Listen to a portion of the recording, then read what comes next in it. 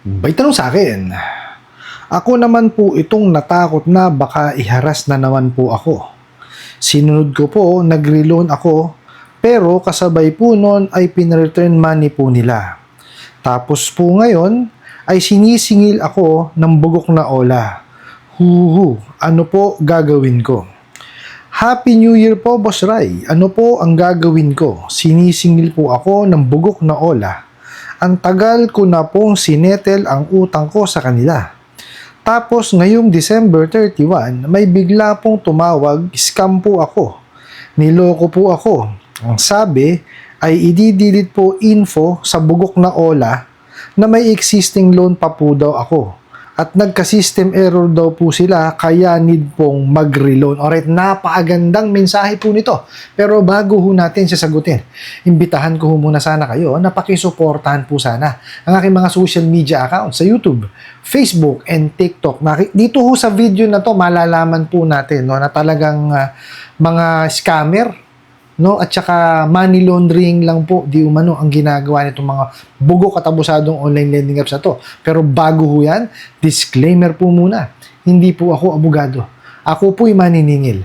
Lahat po na sinasabi natin sa ating mga video is based on my experience at syempre po sa ating pong pagsasaliksik at pagtatanong sa mga kaibigan po nating abogado. At isa pa po, hindi ko po kinukonsinti ang hindi pagbabayad ng utang dahil ang utang ay responsibilidad at obligasyon na dapat po nating bayaran. Ang hindi po ako pabor ay dun sa maling pamamaraan ng pautang at maling pamamaraan ng paniningil. Sagutin po natin yung pinadalang mensahe. So sabi nga po, no, sa sobrang takot, no, na baka iharas na naman, sinunod ko po, nag-reloan ako, pero kasabay po nun ay pina-return money nila.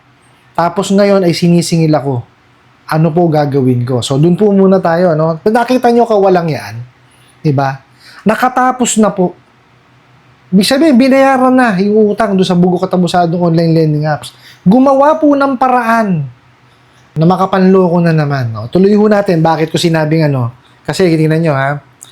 Ano gagawin ko? Sinisingil po ako ng bugok na ola. Ang tagal ko na pong sinetil ang utang ko sa kanila. Tapos ngayon December 31 ay may bigla pong tumawag, in-scam po ako, niloko po ako. Ang sabi, i-delete po info sa bugok na ola na may existing loan pa po daw ako. Kasi nagka-system error daw po sila, kaya need pong mag-reloan. Nakita nyo kawalang yan? Di ba? Hindi ko man po maintindihan, di ba? Tingnan mo ha. May system error sa kanila, ba't kayo kailangan mag-reloan? Di ho ba? Problema na ho nila yon. Kung nagkaroon sila ng system error, bayad na ho kayo eh. Di po ba? Biruin nyo ho, kumbaga, talagang tsinagaan nyo, binayaran nyo po. Tapos, eto, bigla na lang may magme-message sa inyo, may utang pa daw kayo. Diba? Bayad na ho kayo, paano pa kayo magkakautang? Wag ho kayo maniniwala dyan sa mga dahilan ng mga bugok na yan. Kagaya niya, system error, ba problema nila yun? Ba't ho kayo magre-reload? Di ho ba? Error ho na system nila yun eh. So, dapat sila ho ang umaayos niyan, hindi ho kayo. O, tingnan nyo ho nangyari sa inyo, di po ba? Tingnan nyo kawalang yan. Pinag-reloan kayo, tapos pinabalik nila. Sila rin po mismo ang nagpabalik. So, ano hong ginagawa? Di po ba? Halatang halata po na naglilinis lang po ng pera. Di po ba? Paok na po mismo ang nagsabi. Ha? Na yan pong mga bugok at abusadong online lending apps is connected po sa Pogo. Ano po ba Pogo? Di po ba?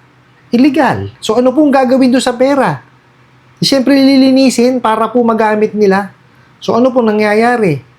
Di po ba? So money laundering lamang po ang nangyayari dyan. Kaya nakita nyo, halatang halata po money laundering. Bakit ho? Tingnan nyo ha. Pinag-reloan kayo.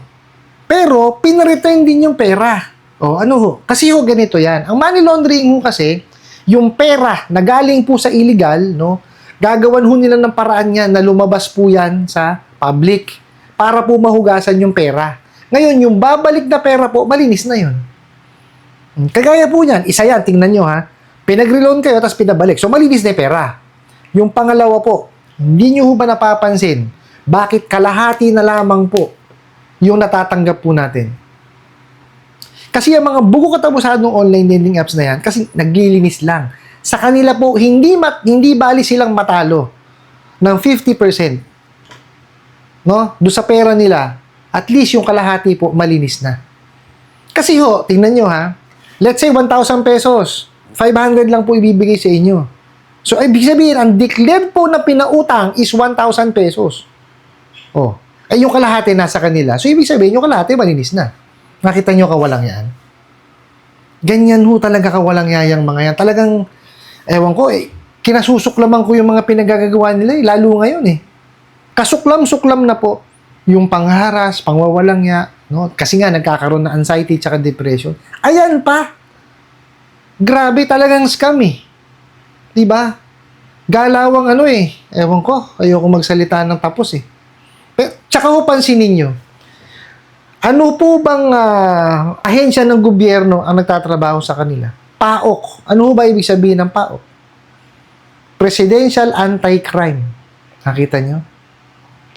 So, ibig sabihin po, etong mga to talagang galawang sindikato. Okay? Hindi ko ho sinasabing sindikato sila, sabi ko galawang sindikato. Kasi makikita nyo po Di po ba? Ayan, kagaya ho niyan. Diba? Tinakot kayo na meron pa kayong utang. Sinasabi nila na meron silang system error. Para maayos yan, pinag-reloan kayo. So, ngayon tayo, sa takot natin, naunahan tayo ng takot maiintindihan ko yon. Kasi, biruin nyo, may utang pa raw kayo. So, syempre, natakot kayo, di ba? So, ngayon, ano gagawin?